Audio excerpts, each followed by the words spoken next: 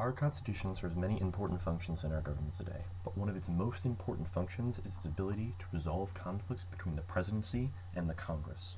I'm going to go over a few powers of both the Presidency and the Congress, and then I'm going to go over how the Constitution addresses the conflict between the two.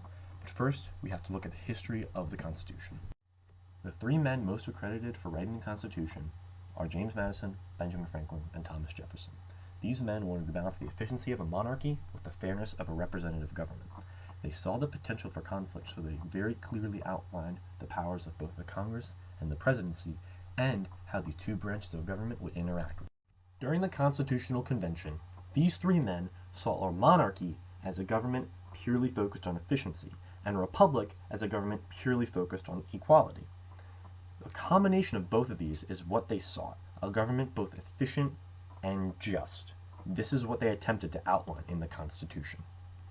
The Founding Fathers wanted one citizen to represent the entire country and control the army. They wanted a strong diplomat that could talk to other countries for them, but they did not want this one diplomat to have a monarchical rule. In the same way, they wanted a justice system based on pure opinion, but they did not want a justice system based on mob rule. Therefore, the Constitution had to leave room for both efficiency and equality in its writing. The purpose of the Constitution was to create a government where both the efficiency of a monarchy and the fairness of a representative government could exist, and these two ideas manifest themselves in the Congress and the Presidency.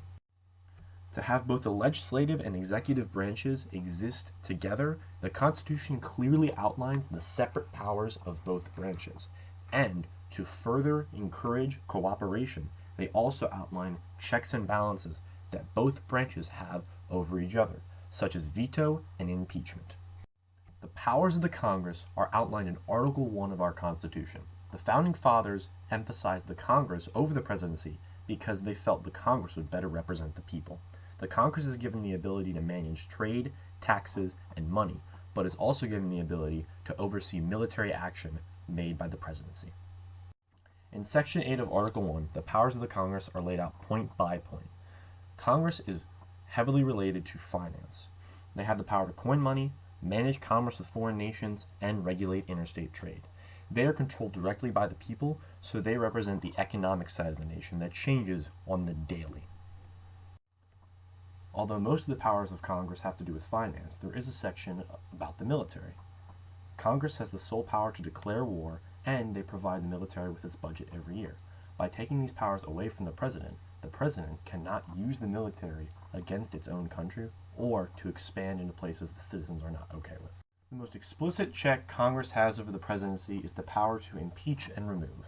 The House of Representatives has the power to impeach, and then the Senate tries the president, and if they find him guilty, they will remove him from office. This power keeps the acts of the president in line with the Congress and the will of the people. But just because the Congress has power to check the president doesn't mean the president doesn't have power. The president is our diplomatic figurehead and our commander-in-chief. These powers are outlined in Article 2 of the Constitution. He has power to command the army efficiently and to represent us on the world stage. When the Founding Fathers came up with the idea for a president, they wanted him to be a civilian. They wanted a civilian to be the commander-in-chief of the military because they wanted the military to be controlled by the people. They wanted a civilian to write treaties and appoint ambassadors, so those treaties and ambassadors best reflect the opinion of the country. But just because the president is involved with mainly military and diplomatic matters does not mean he is completely void from the economic stage.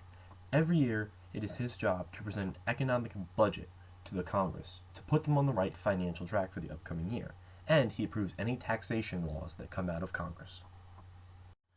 Beside these indirect checks, the president has the ability to directly check the Congress through the veto. If a bill is passed through the House and the Senate, but the president does not think the bill should be put into law, he can veto it, sending it back to the House. In both the House and the Senate, it has to get a 3/4 vote. Then it is counter-vetoed. As we can see, there is some overlap between the powers of the Congress and the powers of the presidency. These were left in place on purpose by the Founding Fathers so that if either branch gains too much power, the other one can check it with either a veto or an impeachment and removal.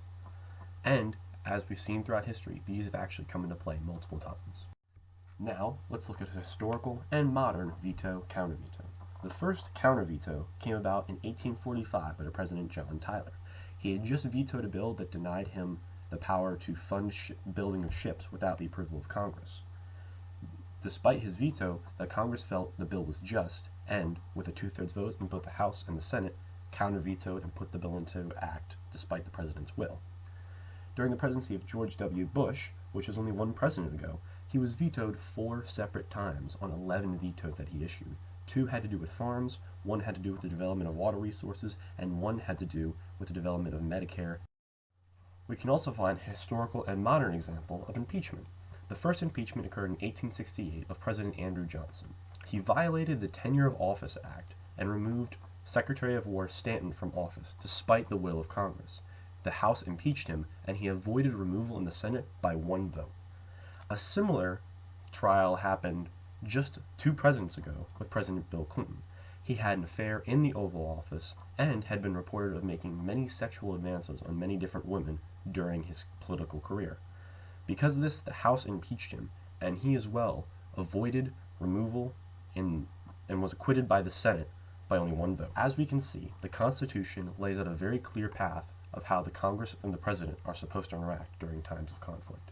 Whether it be through veto and counter-veto, or impeachment and removal, these 2 bodies, despite them both having a significant amount of power, can coexist in the same country to lead and represent our people.